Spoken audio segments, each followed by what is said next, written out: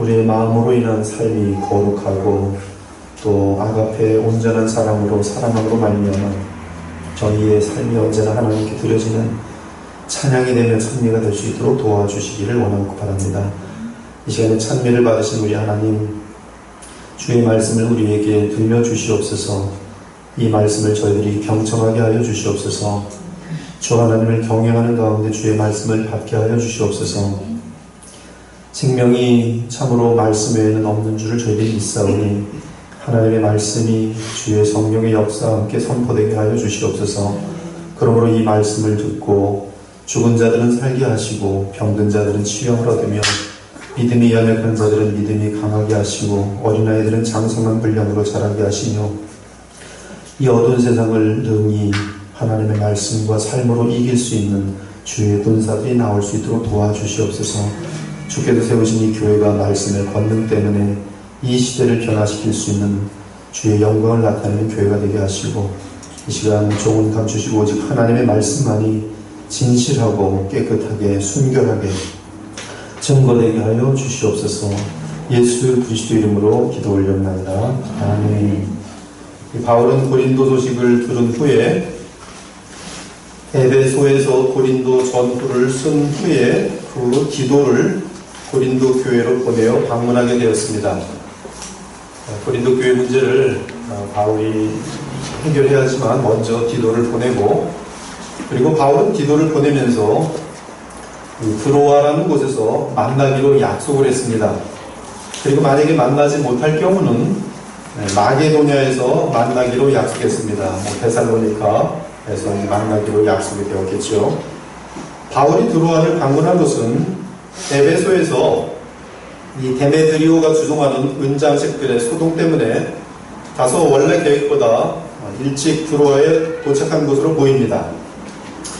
그러나 바울은 드로아에 도착할 때 주께서 복음 사역의 문을 여시사 온 힘을 다해 수고합니다. 그러나 아직 그 디도를 만나지 못한 그러한 연유 때문에 바울임에도 불구하고 마음이 불안하고, 그리고 이 고린도 교회가 지금 분쟁 가운데 있는 상태이기 때문에 이 드로아에서 어느 정도 사역하다가 곧바로 마게도냐로 넘어갑니다. 좀 더 가까이 가서 이 디도를 만나려고 하는 그런 계획이죠. 이런 지금 장면들은 고린도 교회에 어쩌면 문제가 크게 터질 수 있는 이 고린도 교회를 향한 바울의 사랑과 관심이 얼마나 큰지를 잘 보여주고 있는 내용이 바로 12절과 13절입니다. 그러면서 바울은 하나님께 감사를 드리는데 아마도 드로아에서 이 복음의 승리를 보면서 복음의 능력으로 인하여 감사하는 것 같습니다. 물론 바울이 복음을 들고 가는 곳마다 계속적인 승리가 있었지만, 특별히 이 글이 지금 드로아 연결되는 곳으로 봤을 때 드로아에서 많은 그런 열매들이 있었던 것으로 보여집니다. 이 오늘 감사절 주일에 우리가 기억해야 하는 것은 어떻게 주 하나님께 우리의 감사를 표현할 수 있느냐 하는 것입니다. 14절에 보면 하나님께 감사하노라 그렇게 되어 있어요. 끝에 하나님께 감사하노라. 그리고 주어는 나와 있지 않지만 바울과 그의 동역자들, 그래서 우리가 됩니다. 그래서 우리는 항상 우리를 어떻게 하시나 하나님께 감사하노라 그랬습니다. 근데 그 감사를 어떻게 하게 되는가, 감사의 이유가 무엇인가, 그 이유를 보면 승리에 대해서 감사하고 있습니다. 그런데 그 승리는 하나님께서 주십니다. 14절을 정확히 읽으시면 그것이 굉장히 분명히 나옵니다. 하나님께서 내게 승리를 주시니 감사하다 이렇게 있어요. 하나님께 감사하리로다. 왜 감사하는가? 승리를 주시니 감사하다. 그리고 우리가 승리를 하니까 그리스도의 향기가 각 처에서 도처에서 나게 되니 감사하다. 그래서 14절에 보면 하나님께 바울이 감사하는 이유가 두 가지인데, 승리를 주시는 주님께 감사하고, 우리가 가는 도처마다 그리스도의 향기가 나게 만드신 하나님에 의해서 감사하다. 그리고 도처에서 그리스도의 향기가 나면 하나님께서 그 향기를 흠양하시고 기뻐하신다는 내용이 지금 이 본문에 담겨 있습니다. 이에 저는 14절부터 17절까지 자세히 성경을 주석하면서 여러분과 함께 감사절을 맞이하여서 하나님의 기쁨이 되는 비결을 찾고자 합니다. 먼저 14절을 보겠어요. 14절을 같이 한번 큰 소리로 봉독하도록 하겠습니다. 시작! 그리스도 안에서 이기게 하시고 그로 말미암아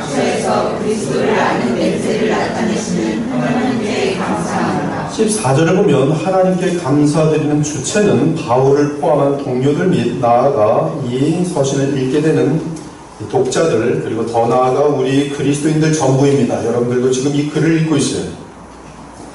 그런데 무엇을 감사합니까? 네, 하나님께서 행하신 일을 감사합니다. 그런데 하나님께서 행하신 일이 무엇입니까? 언제나 그리스도 안에서 우리에게 승리를 주신 사실에 대해 감사하고 있어요. 또한 우리를 통해 모든 것에서 그리스도를 아는 향기를 나게 하시는 하나님께 감사하고 있습니다. 하나님은 전능하시며 하고자 하시면 이루십니다.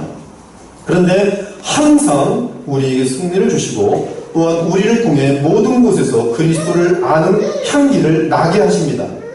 이러한 하나님께 바울 및 우리 모든 그리스도인들이 감사하고 있습니다. 그렇다면 우리는 날마다 승리하고 있습니까? 여러분 자신에게 물어보십시오. 바울은 지금 항상 승리를 주시는 하나님께 감사하고 있는데, 그렇다면 여러분들은 지금 날마다 승리하고 있습니까? 항상 승리하고 있습니까? 그것이 지금 항상 승리하지 못한다면 바울이 감사한 것 같은 감사를 드릴 수 없도록 되어 있습니다. 그렇죠? 지금 바울은 항상 승리를 주시는 하나님께 감사하고 있습니다. 항상 승리하고 있습니까? 또한 모든 것에서 그리스도를 알게 만드는 향기로운 냄새가 되고 있습니까? 향기로운 향기가 되고 있습니까? 향기로운 향기가 되게 하시다 하나님께 감사하고 있는데 향기로운 향기가 되어 있지 못하면 하나님께 감사드릴 수가 없습니다. 우리에게 항상 승리를 주시고 우리가 모든 곳에서 그리스도의 향기가 되어 사람들이 그리스도를 알게 하는 하나님의 역사가 나타나게 하려면 우리가 할 일은 무엇입니까? 지금 바울은 항상 승리를 주셨고 어디서나 그리스도를 아는 냄새를 도처에 나타내시는 하나님께 감사하고 있는데 하나님이 주어로 되어 있고요. 그리고 우리는 그러면 가만히 있으면 되냐 이거죠. 14절에서 딱 하나가 나옵니다. 우리의 할 일은 무엇인가? 14절에 보면 그리스도 안에서라고 되어 있어요. 하나님께서는 그리스도 안에서 우리에게 항상 이기게 하십니다. 하나님께서는 그리스도 안에서 우리로 하여금 각처에서 그리스도의 향기가 되게 하셔서 모든 사람들이 그리스도의 향기를 맡게 하십니다. 그러므로 그리스도 안에서 우리는 하나님께 감사할 수 있으며 저절로 감사하게 되는 것이 그리스도 안에 있기만 하면 하나님은 우리에게 항상 승리를 주시고 항상 우리로 하여금 그리스도를 알게 하는 향기와 냄새를 나게 하시니 우리는 그리스도 안에 있기만 하면 하나님이 하시는 일들을 보면서 감사하게 되는 것이죠. 또한 우리가 하나님께서 흠양하시는 기쁨의 향기가 되려면 그것은 이제 15절에서 나오는데요. 그것 역시 그리스도 안에 우리가 그리스도 안에 있으면 모든 사람들 앞에서 그리스도를 알게 하는 냄새가 될 뿐만 아니라 하나님을 향한 향기가 되어진다 이렇게 하고 있어요. 아주 너무나 쉬워집니다. 우리의 할 일은 그리스도 안에 있는 것이죠. 우리가 그리스도 안에 있기만 하면 하나님께서는 항상 이기게 하십니다. 즉 우리가 그리스도 안에 있으면 우리의 승리는 이미 주어진 것과 다름없습니다. 그래서 항상 이깁니다. 그렇다면 4절에 바울이 의미하는 그리스도 안에는 어떤 뜻이겠습니까? 그리스도 안에 있다. 이를 이해하기 위해서는 약간의 전문적인 그런 지식이 필요합니다. 그리스도 안에 있다는 것이 무엇인가? 그리스도 안에 있으면 하나님, 전능하신 하나님께서 항상 승리를 주시는데 그리고 항상 우리를 통하여 도처에서 예수 그리스도를 알게 하는 냄새가 나게 하시는데 그럼 그리스도 안에 있기만 하면 되겠구나. 맞습니다. 그럼 그리스도 안에 있는 것이 뭐냐요? 먼저 이기게 하시고라는 원어가 여러 중요한 정보를 담고 있습니다. 이 원어는 뚜리암 베우라고 되어 있는데요. 이 단어는 로마를 배경으로 하여 쓰인 특이한 단어입니다. 그 배경은 전쟁에서 승리한 후에 축제를 하는 배경입니다. 뚜리암 베우어 이기게 하시고 바울은 로마 군사가 전쟁에서 승리한 후에 개선 행진을 하는 것을 마음속에 두고 이 단어를 사용하고 있습니다. 바울의 마음속에는 전쟁의 영웅이 로마 도시에 들어오는 승리의 입성이 그려진 상태입니다.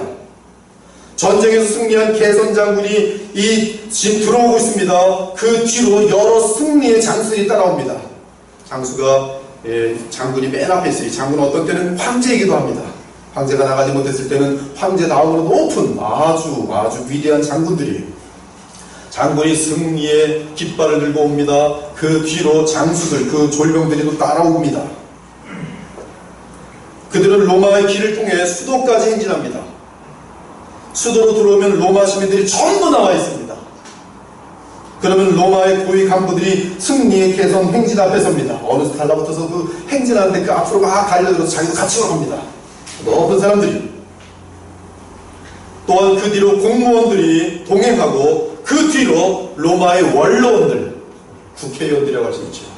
로마의 원로원들이 서로 그 뒤로 씁니다. 그러다 나팔수가 있어요. 나팔수. 바로 그 뒤에 전쟁의 영웅인 개선 장군이 있습니다.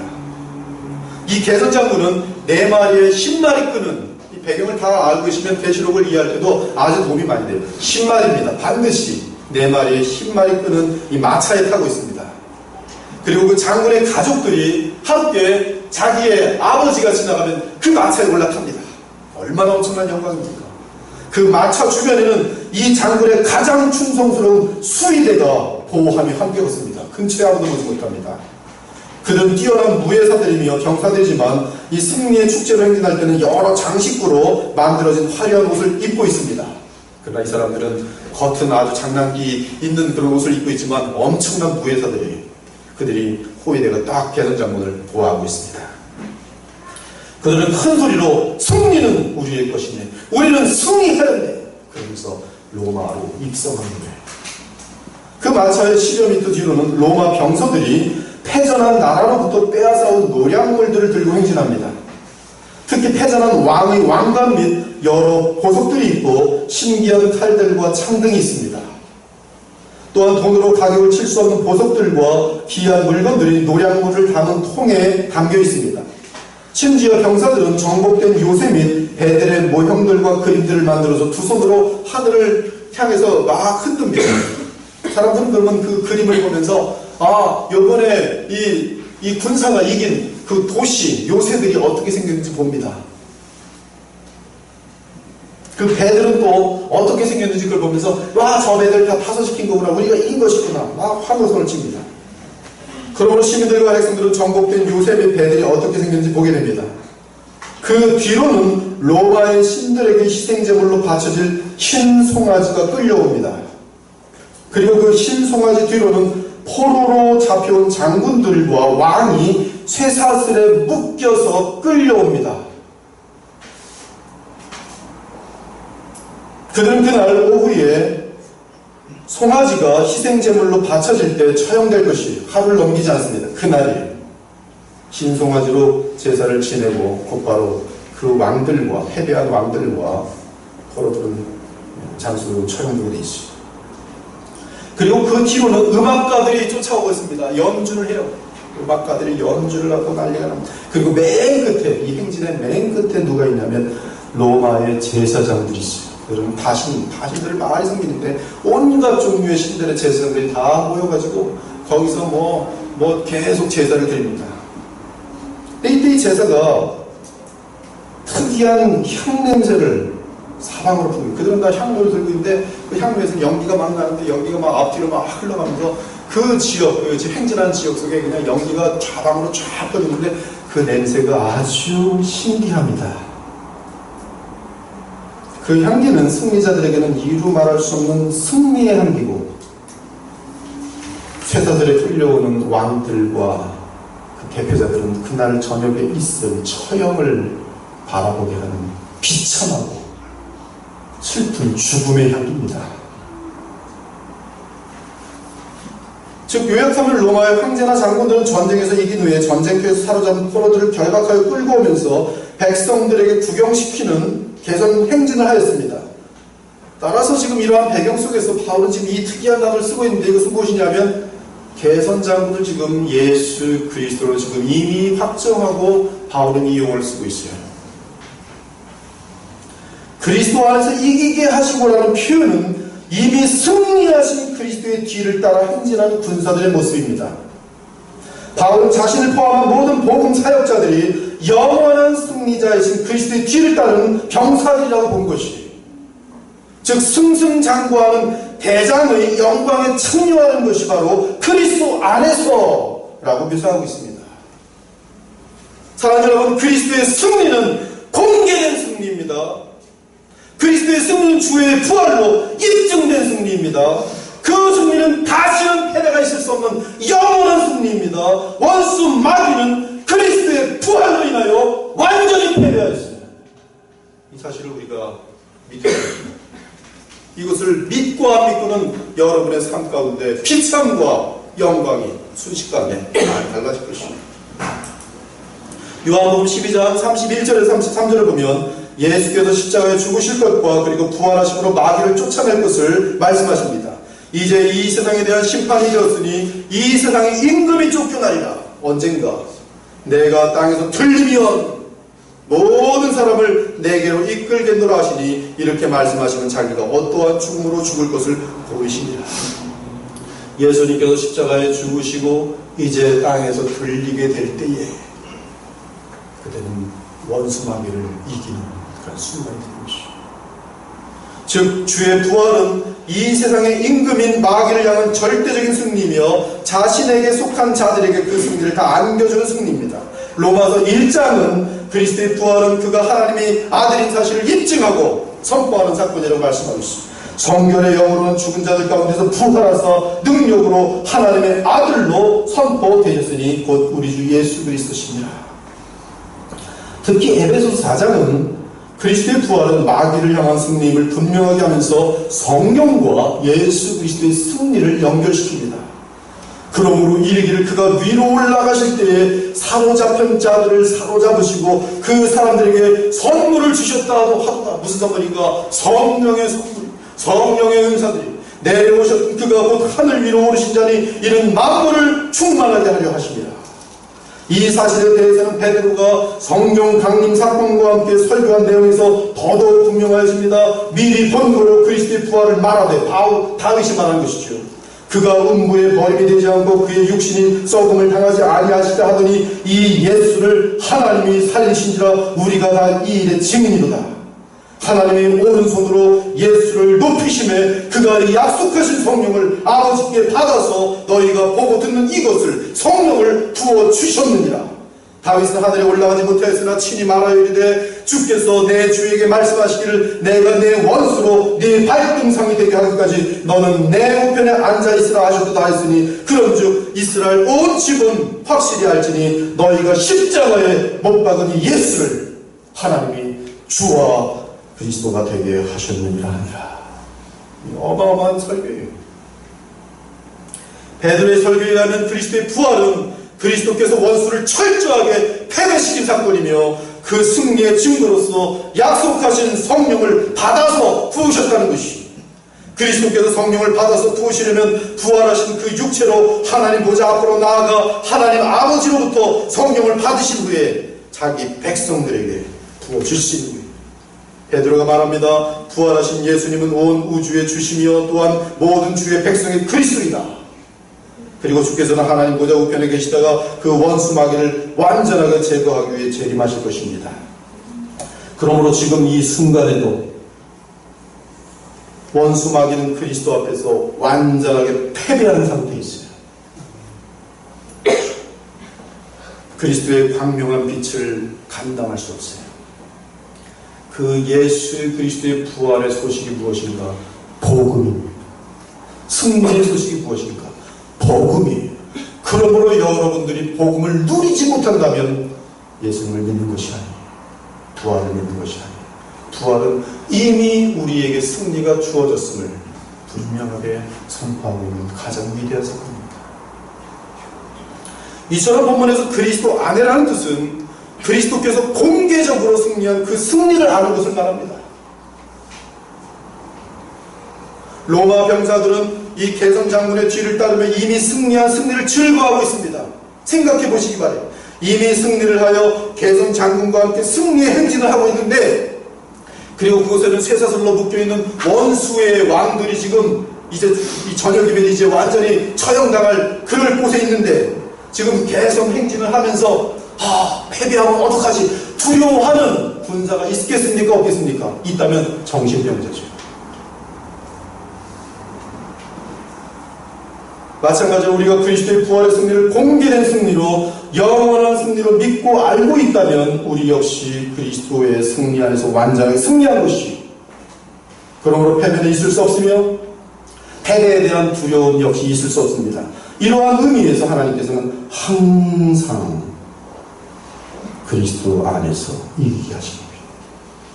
그리스도 밖에 있으면 이미 이긴 것인데 스스로의 불신앙에 의해서 비참한 것이, 이미 일본군을 향하여 정말 히로시마의 원자탄이 떨어지고 연합군이 다 승리하였는데 그 소식을 들은 사람이 안 믿는 거예요. 그리고 계속 두려워 떨다가 스스로 비참 가운데 죽는 것과 똑같아요. 믿지 않는 거예요. 여러분이 예수 그리스도의 부활을 믿는다면 이미 게임은 끝났어요. 두려움이 있을 수가 없어요. 사랑하는 여러분, 그리스도의 승리를 믿으십니까?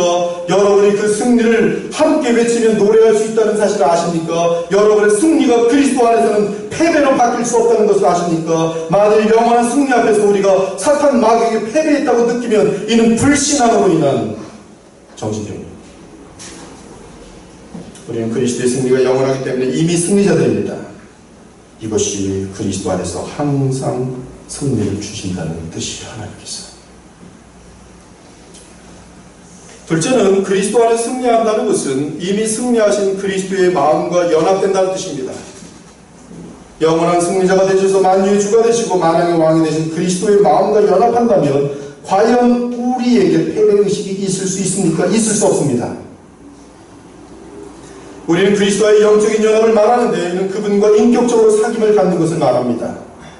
우리가 서로 사귄다는 뜻은 서로의 생각과 감정과 뜻을 이해하고 나눈다는 뜻입니다.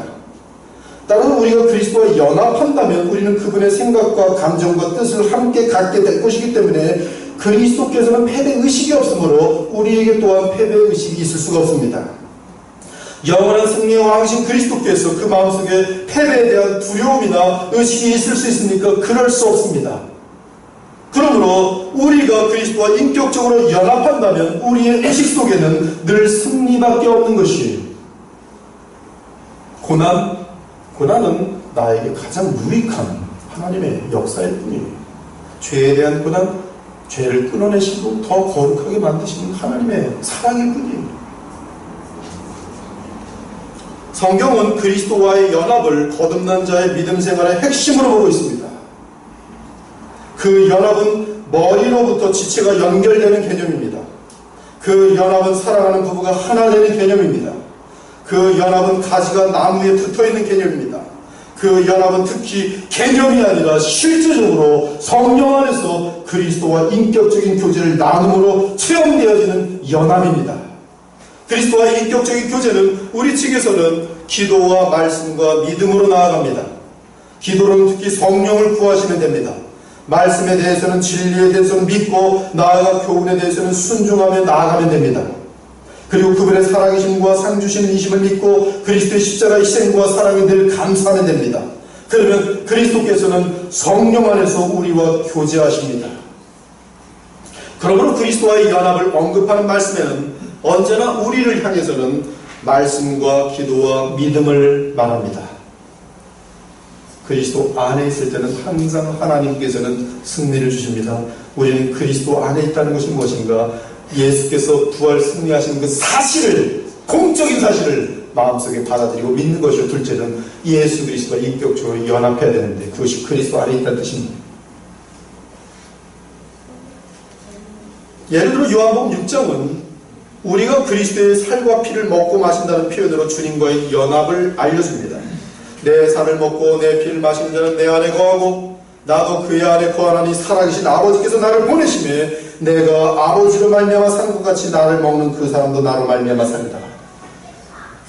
그분을 먹고 마셔서 영양크가 되는 그러한 연합으로 그림을 그리고 있죠. 그런데 예수님께서는 이 말씀에 대해 진실로 진실로 너희에게 이르노니 믿는 자는 영생을 가졌나니 내가 곧 생명의 떡이니라고 설명합니다. 즉 먹고 마시는 이 개념은 예수 그리스도를 믿는다는 뜻이에요. 예수 그리스도의 믿음, 예수 그리스도의 인격적인 믿음이 그분의 살과 이 피를 먹는 현상으로 지금 연합되어진다 이 말씀입니다. 내 아버지의 뜻은 아들을 보고 믿는 자마다 영생을 얻는 이것이니 마지막 날에 내가 이를 다시 살리다 하신다. 또한 요한복음 15장을 보면 예수님께서는 나무와 가지의 연합을 언급하십니다. 내 안에 거하라 나도 너희 안에 거하라. 나는 포도나무여 너희는 가지라. 그가 내 안에 내가 그 안에 거하면 사람이 열매를 많이 맺나니. 여러분 열매를 많이 맺길 원하십니까? 그리스도 안에 거하십시오. 똑같은 답이죠. 그리스도 안에 거하는 것은 무엇입니까? 나를 떠나서 너희가 아무것도 할 수 없습니다 말씀하시고 그 똑같은 내용으로 7절에서는 너희가 내 안에 거하고 내 말이 너희 안에 거하면 말로 바뀝니다. 내 말이 너희 안에 거하면 그리스도 안에 거한다는 것은 하나님의 말씀이 예수님의 말씀이 우리 안에 거하는 상태입니다. 내 말이 너희 안에 거하면 무엇인지 원하는 대로 구하라. 그리하면 이루어지리라.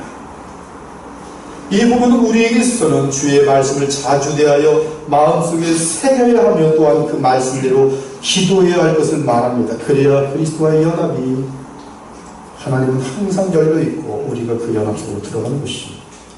바울 역시 에베소서나 골로새서를 통해 그리스도의 와의 연합을 말합니다. 보통 머리와 지체의 관계를 설명합니다. 그에게서 온 몸이 각 마디를 통하여 도움을 받음으로 연결되고 결합되어 각 지체의 분량대로 역사하여 그 몸을 자라게 하며 사랑 안에서 스스로 세우느니라. 그리스도를 머리로 하여 그 지체들이 연결될 때에 골로새서에서는 그 죄성을 이기며 사라지게 한다고 되어 있습니다. 그리고 머리와 지체와 연결되지 않은 가짜 복음들과 모든 율법주의자들과 모든 신비주의자들과 이 모든 것들은 인생을 헛되게 만든다고 분명히 말씀합니다. 초등학교들과 율법주의자. 그런데 이러한 머리와 지체가 연결되는 상태가 되려면 13절에 14절에 이렇게 말합니다. 하나님의 아들을 믿는 것과 하나님의 아들을 알아가야 하는 것과 온갖 교훈의 풍조에 밀려 요동해서는 안 되는 것과 오직 사랑 안에서 참된 것을 행하는 것이 하나님의 말씀을 통해서 예수 그리스도를 계속 참되게 행하는, 그래야 머리 대신 그리스도로부터 온몸이 연결되면서 그리스도와 연합되는 것이. 아무튼 기도와 믿음과 성경 내용을 믿고 알고 순종하는 것이 우리에게 필요한 사항들이고, 그러면서 그리스도의 영인 성령을 구하여 의지할 때에 우리는 그리스도와 연합의 상태가 되면서 그리스도 안에 있게 되는 것이. 이때 승리자 그리스도와 연합하는 자는 승리의 열매를 먹도록 되어 있습니다. 승리의 열매는 다름 아닌 성령의 열매. 그러므로 우리가 그리스도 안에 있으면, 즉 믿음으로 그리스도와 연합하면 우리에게서 자연스럽게 성령의 열매가 나타나게 되어 있습니다. 그 열매는 그리스도를 알리는 냄새이며 하나님의 향기가 됩니다. 그 열매는 온 사방으로 그리스도의 생명의 향기를 나타내기 때문에 누구든지 그 향기로 인하여 그리스도의 임재를 느낄 수밖에 없어요. 여러분들이 성경에 충만하여 다니면요, 안 믿는 사람들이 알아요. 냄새를 맡아요. 진짜 크리스찬이야. 사람들 다 압니다. 어떤 가짜 크리스찬들, 미성숙한 크리스찬들은 저건 가짜 같아. 그리스도의 향기예요. 임재를 느낄 수밖에 없어요. 따라서 예수께서 이 땅에 계실 때 바리새인처럼 대적하든지 혹은 니고데모처럼 밤에라도 찾아오든지 또는 베드로와 요한처럼 온 마음과 생명과 삶을 다해 충성하게 되는 것처럼 우리가 성령의 열매를 맺으면, 그리스도 안에 있음으로 말미암아 나타나는 성령의 열매가 나타나면 그 열매는 그리스도의 생명의 향기이기 때문에 우리 주변 사람들은 대적하거나 갑자기 막 미워하는 것이 대적하거나 바리새인들처럼, 아니면 창피하니까 한번 궁금하긴 한데 뭘까 하고 살짝 질문하거나 찾아보거나, 아니면 정말 하나님의 사랑하거나 충성하거나, 이 세 종류를 나뉘어서 우리 주변 사람들에게 반응하게 돼 있어요. 저는 오늘 14절에서 성도들이 할 일과 하나님께서 하실 일을 구별하였어요. 그리고 그 중심에 그리스도 안에서가 있어요. 우리가 할 일은 그리스도 안에 머무는 것이, 예수님 안에 거하는 것입니다. 그러면 나머지는 하나님께서 일하시는데 그 일은 항상 우리를 이기게 하시고 또한 우리로 말미암아 각처에서 그리스도를 아는 냄새를 내게 하시는 것이. 아무튼 바울은 그리스도에 관한 지식을 전하는 것을 냄새를 내는 것에 비유하고 있습니다. 하나님께서 바울을 도구로 삼아 그리스도의 복음을 전하여 사람들에게 알리게 하신 하나님께 감사를 드리고 있습니다. 이러보건대 우리의 말과 행실은 세상 사람들에게 복음 그 자체라는 뜻입니다. 즉 우리가 그리스도의 냄새가 되어 사람들이 그리스도의 냄새를 맡게 된다는 뜻입니다. 그런데 그 향은 개선 장군의 나라에 속한 백성들에게도 승리와 생명의 냄새이지만 패배한 장군의 나라에 속한 백성들에게는 멸망과 죽음의 냄새. 따라서 바울은 15절과 16절에서 이렇게 말합니다. 우리는 구원받은 자들에게나 망하는 자들에게나 하나님 앞에서 그리스도의 향기니, 하나님께 그리스도의 향기니, 하나님께서 흠양하시는 그리스도의 향기. 그런데 이 향기는 망하는 자들에게는 사망으로부터 사망에 이르는 냄새요, 구원받는 자들에게는 구원받은 자들에게는 생명으로부터 생명에 이르는 냄새. 중요한 것은 15절에서는 여러분들이 잘 눈여겨보셨는지 모르겠지만 향기라는 단어를 썼고 14절에서는 냄새라는 단어를 썼습니다. 매우 의도적으로 선택한 단어입니다. 향기는 하나님 앞에서, 냄새는 사람들에게.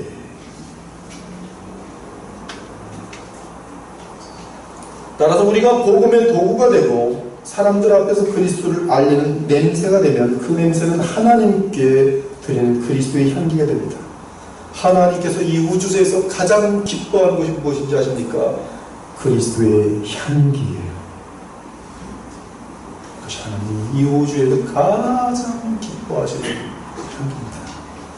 내게는 모든 것이 있고 또 풍부한지라 에바브로 디도편에 너희가 준 것을 받음으로 내가 풍족하니 이는 받으실 만한 향기로운 제물이요 하나님을 기쁘시게 하는 것이다. 그리스도께서 너희를 사랑하신 것 같이 너희도 사랑 가운데 행하라. 그는 우리를 위하여 자신을 버리사 향기로운 제물과 희생제물로 하나님께 드리셨느니라. 냄새 오스메리와 향기 유오디아가 따로 사용된 것입니다. 이 냄새는 승리의 개선 행진에서 나타나는 냄새, 죽은 자들과 살린 자들 가운데 막 흘러가는 승리의 냄새. 그 냄새는 하늘을 향해서는 하나님이 흠양받으시고 감당할 수 없이 기뻐하시는 향기, 냄새인 것이, 향기인 것이. 하나님께서는 이 향을 흠양하시며 기뻐하십니다. 하나님께서 가장 기뻐하시는 향기는 그리스도의 향기입니다. 그 향기를 내는 자는 삶과 고백으로 복음을 들어내는 성도들입니다. 언제입니까? 그 성도들이 그리스도 안에 있을 때. 그리스도 안에 있는 자들은 복음의 향기가 되어서 사람들에게는 어떤 이들에게는 생명의 향기로, 어떤 이들에게는 죽음의 향기로, 그리고 하나님을 향해서는 하나님이 가장 기쁘게 흠양하시는 그리스도의 향기가 되는 것이. 하지만 이 자리까지 오는 바울의 이 향기는, 그리스도의 향기는 죽음을 통한 십자가의 희생제사의 향기입니다. 이는 복음을 나타내려는 자들은 역시 배척과 핍박과 죽음을 무릅쓰면서 전쟁을 치러야 할 수밖에 없어요. 개선 장군, 그 개선 장군을 따른 우리의 이 병사들은 이미 승리한 전쟁을 그럼에도 남아있는 잔재들과 계속 싸워야 하는 싸움이에요. 2장 16절에 보니 이 일을 누가 감당하리요? 누가 이 일을 감당하리요? 원어로 보면 누가 이 일을 하는 데 자격이 되리요? 그리고 그 해답은 17절입니다. 이러한 하나님 앞에서의 향기가 되고 사람들을 향해서 생명의 향기나 또는 죽음의 향기가 될 수 있는 하나님 앞에 가장 기쁜 성도들이 되는 비결은 17절인데, 하나님의 말씀을 혼잡하게 하지 않고. 근데 17절을 잘 보면 혼잡하게 하는 사람과 혼잡하게 하지 않는 사람의 비율이, 혼잡하게 하는 사람이 훨씬 많아요. 그래서 우리는 수많은 사람들처럼 그 하나님 말씀을 혼잡하게 하는 사람들이에요. 그러나 우리는 하나님 말씀을 혼잡하게 하지 않아요. 순전함으로 하나님께 받은 것 같이 하나님 앞에서와 그리스도 안에서 말합니다. 여기서 혼잡하게는 카페이루인데 신앙생활을 가지고 장사하다는 뜻이에요. 교회를 다니는 가장 중요한 목적을 물어보십시오. 마음속에. 그것이 지금 혼잡하다는 뜻이에요. 신앙생활을 통해서 내 유익을 챙기다. 그것이 바로 하나님 말씀을 혼잡하게 하는 것이에요. 개인 영달을 위하다. 개인 영달을 위하면서 하나님 말씀을 대하는 사람들은 이 말씀을 곡해시키게 되어 있습니다. 더럽히게 되어 있어요. 많은 사람들이 이 복음을 통해서 하나님의 향기가 되는 데 목적이 있는 것이 아니라 내 영달을, 내 유익을, 장사를 하더라 이것이. 그래서 복음을 더럽히더라. 곧 순전함은 하나님의 말씀을 혼잡하게 하지 않는 사람은 누구인가? 순전한 자들인데 일리클리네이아, 순전한 공기, 진실함, 곧 복음의 사역자 또는 복음의 향기가 되는 성도들은 하나님 앞에서 진실해. 하나님 말씀 앞에 진실합니다. 하나님 말씀을 더하거나 다가지 않고 그대로 전달합니다. 그러므로 하나님께 받은 것 같이 하나님 앞에서 두려워, 경건히, 떨며 그리스도 안에서 말하는 것이, 행하는 것이, 그것이 그리스도의 향기가 되는, 그리스도 안에 거하는 비결입니다. 그러므로 신앙생활의 목적이 순결하면 우리는 그리스도의 향기가 될 수 있어요. 그러나 신앙생활의 목적이 순결하지 않으면 우리는 그리스도의 향기가 될 수 없어요. 능력이 나타나서 전쟁에서 패배합니다. 이미 승리한 전쟁인데 자기 혼자 패배해요. 하나님은 우리의 진실한 동기를 보십니다. 참으로 하나님의 나라보다 더 소중한 것이 없이 참으로 그리스도 예수님보다 내게 더 중요한 것이 없을 때 우리는 그리스도를 알게 하는 냄새가 되고 또한 하나님 앞에서 그리스도의 향기가 될 수 있는 것이. 아주 쉬운 말로 하면 우상이 없어야지만이 그리스도의 향기가 될 수가 있어요. 그래서 요한 1서 5장 마지막 절에 그 사랑과 진리에 대한 모든 말을 다 알려주고 교훈한 사도 요한은 마지막 절에 보면 그러므로 우상을 멀리하라. 우상이라는 것은 우리의 마음을 혼잡하게 만들고 복음을 더럽히는 것들이에요. 우상이 무엇입니까? 이생의 사랑이에요. 안목의 성욕이에요. 육신의 성욕입니다.